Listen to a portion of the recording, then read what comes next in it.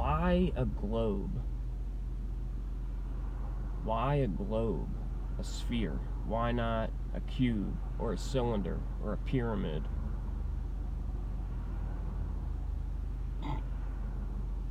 If it's a lie,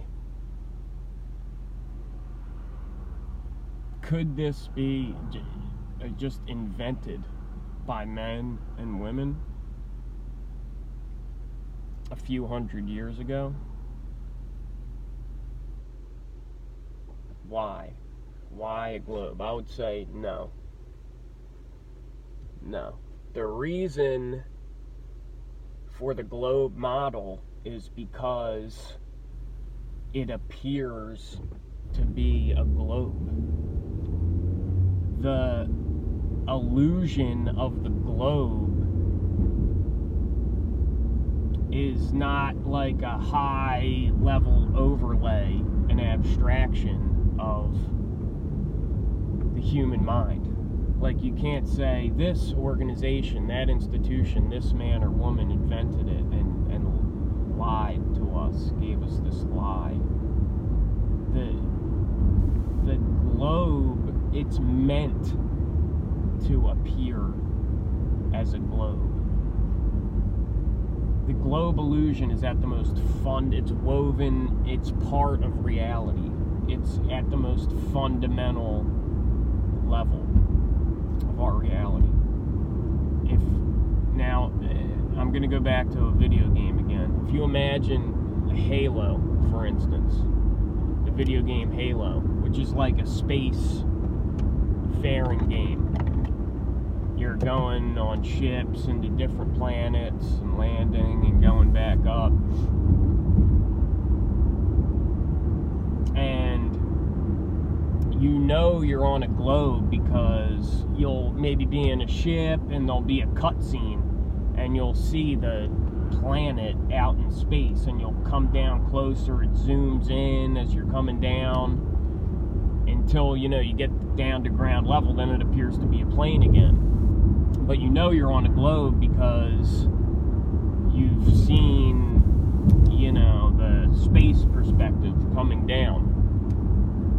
And also you can see things, spheres up in the sky, other planets, like there's like moons and stuff that are really big and low and are obviously spherical, which reinforces that you're on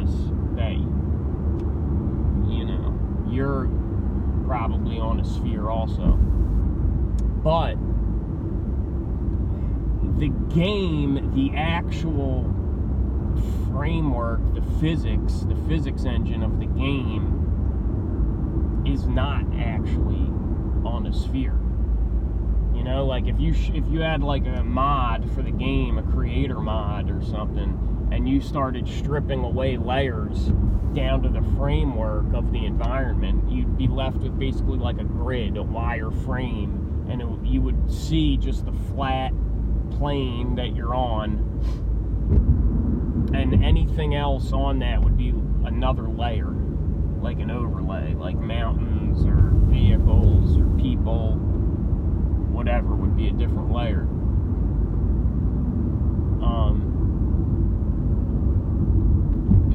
Because that's the only way that the physics engine for the game can render the action, the movement, the physics of the game.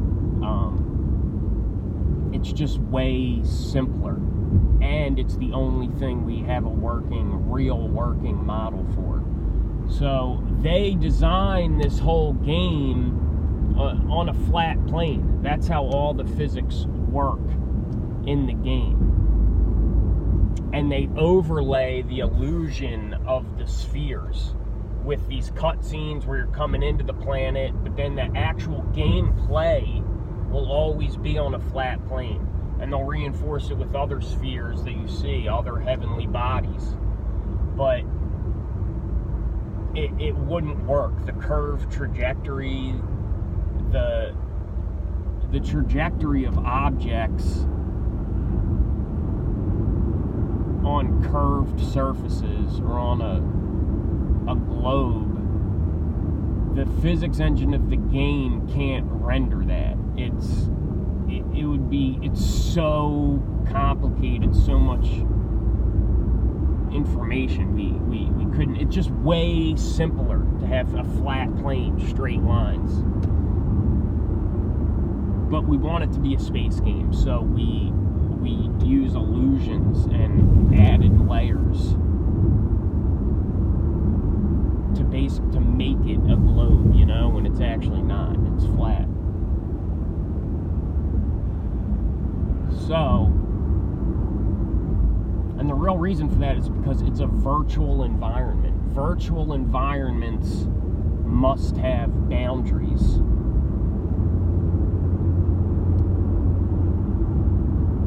Virtual environments, we know completely. We program every aspect of them. And in that way, we know them completely. A virtual environment or digital, as opposed to an organic environment, which you can't measure. You can't measure, you can't hold on to it. It's ephemeral, analog, organic reality. And you might say to me, yes, you can. Of course you can measure it. I say, okay, well, how long is this? What is the length of this stone? And you say, well, it's 10 feet long. And I say, no, I mean exactly how long is a stone. You say, well, it's 10 feet and 1 inch. And I say, no.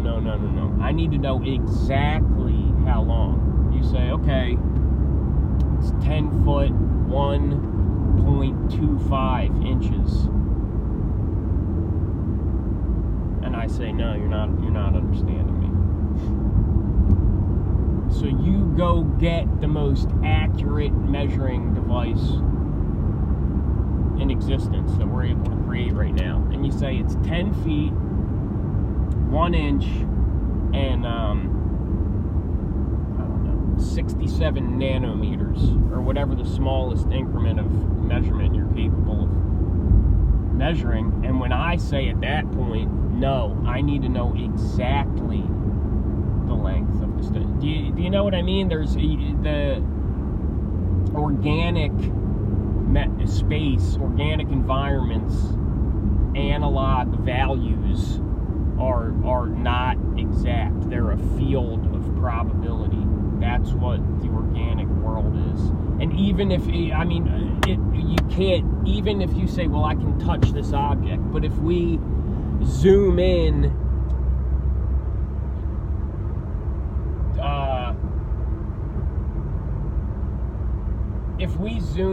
to a high enough magnification, we're going to see that actually we have magnetic fields, and there's some kind of repulsive force that repels, and actually the atoms can't actually come into contact with each other, only the fields. And that continues on down the line. Like, we can say, oh, heat and cold, they're two separate things, but we know it's really just a scale of heat, just more or less heat. Cold is just less heat, more heat. It's all relative. That's what an organic environment is. A virtual environment it must be known completely. It's so basically you're tunneling down a dimension. Looking down dimensionally will always be known to you.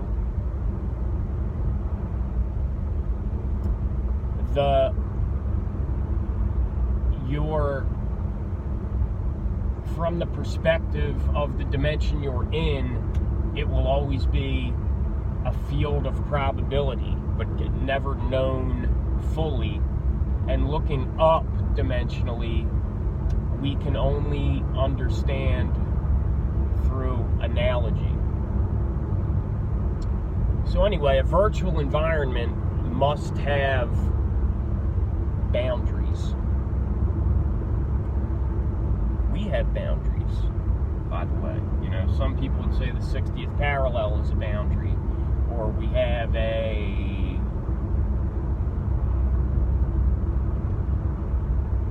vertical altitude boundary, or a depth. We have boundaries. But it's made to appear that we don't have boundaries. You know, it's made to appear we're on a globe. So no one invented the globe. The globe came about because it's supposed to look like a globe. I mean, when you... So what? Why do I say that? That our actual reality is meant to deceive, meant to look like a globe, meant to appear organic. Well, I would say there's two big reasons.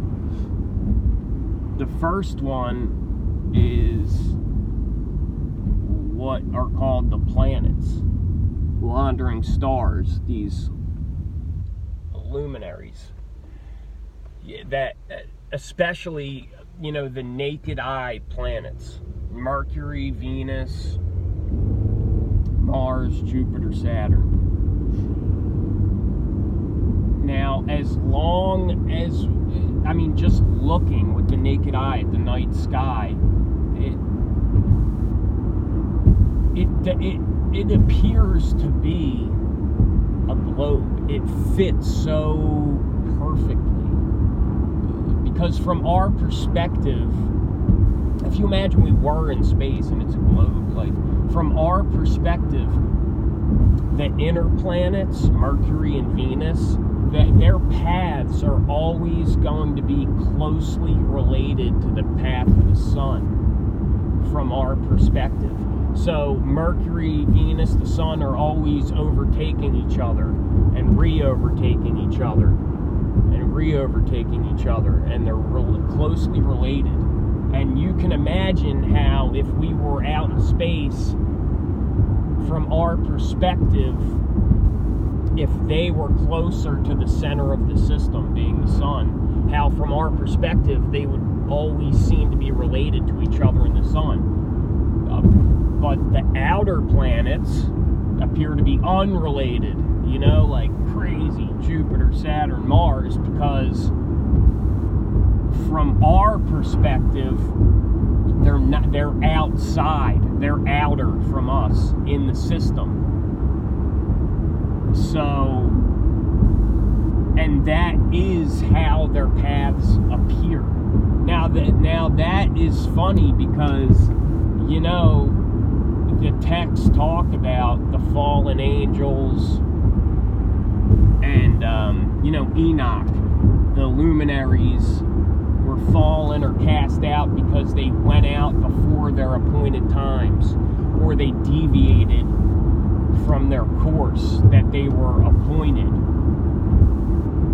and all these other things. They deceived mankind.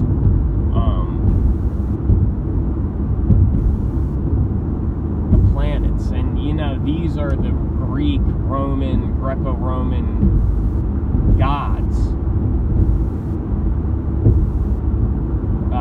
You know, Kronos, Zeus, Jupiter, Saturn, Mars, Apollo, and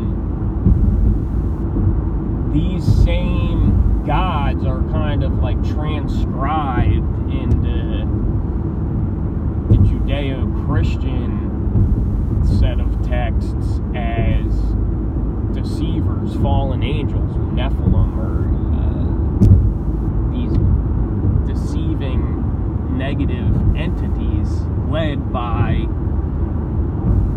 okay, now we said Lucifer, the morning star, Venus. Okay. And when I'm thinking about this is when I start being like, holy shit, is this shit real? Like, are these things intelligences?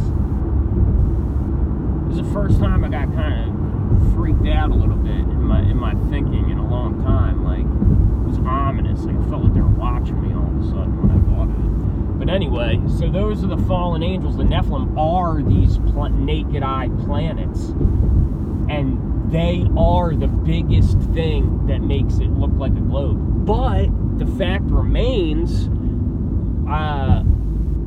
you can see Toronto across Lake Ontario. The Navy uses, line of sight lasers across hundreds of miles in the ocean. We can shoot lasers, 6 inches above a body of water and hit a target across the body of water. So the fact remains, it is flat, but it appears to be a globe. The luminaries, these planets, are what make us think it's a globe. And the second one, it's kind of part of the first one, but the sun doesn't necessarily appear to the naked eye to be a sphere to us. It's an infinite light source, so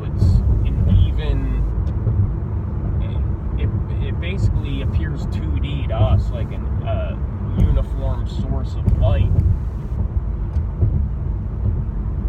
And the moon does too, in a way. You see, it's odd because to me, the phases, the crescents of the moon don't make sense for a sphere. And seemingly, they varied from their courses. They went out before their appointed times, and seemingly more by the day. I mean, this thing's tipped over on its side now, half the time completely. But anyway, if you imagine a sphere, you're looking at a sphere illuminated by a light on one side, and you're viewing it from a right angle. You would see a gradient of light to dark, not a sharp line. And there would always be a hot spot, a focal point of that light on a sphere. I know you can imagine that. Like, if you've ever drawn anything, you have a focal point of light and shading. Even if it was a disc, a flat disc, tilting it in light, you would still have a gradient, and you would have a straight line of shadow. Now, like I said, if it was a sphere, you would see curved lines of shadow, but in a gradient, not in a hard line. This is kind of besides the point, but the only way I can really conceive of getting that curved, hard shadow line would be in a concave surface. Try and do it with the light. Can't really do it. In a concave, like a bowl. If you hit a bowl straight on, you can imagine that curved, hard shadow passing across it. Almost like a dish, like a collector or an emitter, a radar dish or something. But anyway, the biggest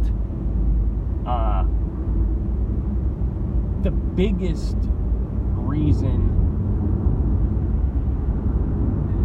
that it appears to be a sphere is that the moon appears to be a solid sphere in certain ways, in that it looks rocky. I mean, you can say, yeah, it looks rocky. It looks solid to the naked eye. I mean, that's just the fact of the matter. It looks, you could say, no, it doesn't look like rock, it looks like dust, or no, it looks like cat litter or whatever. But the point is, it looks like a physical object, a solid object.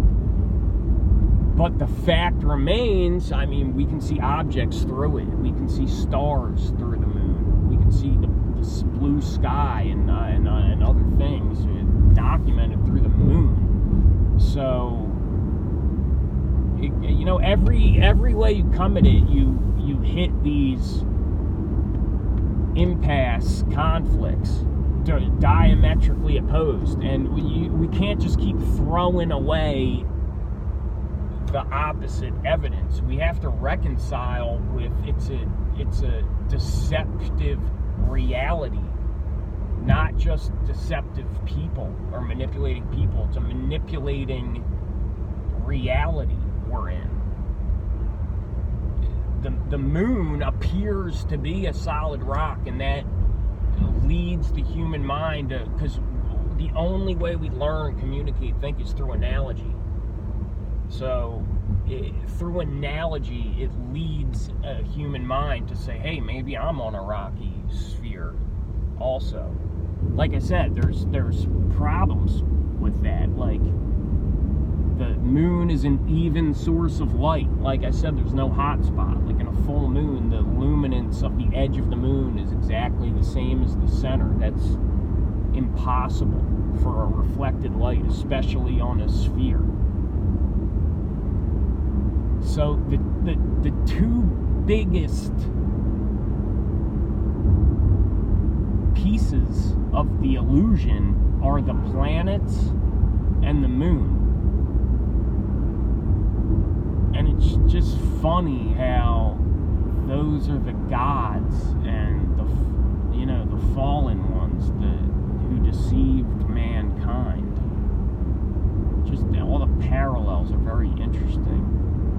And the Son of God, Jesus Christ, God's Son, Jesus Christ, the Son, Christ, the Son is Christ, the Son is Christ. No, Christ is the Son. Antichrist, Christ the Son. Antichrist, Satan, is the moon.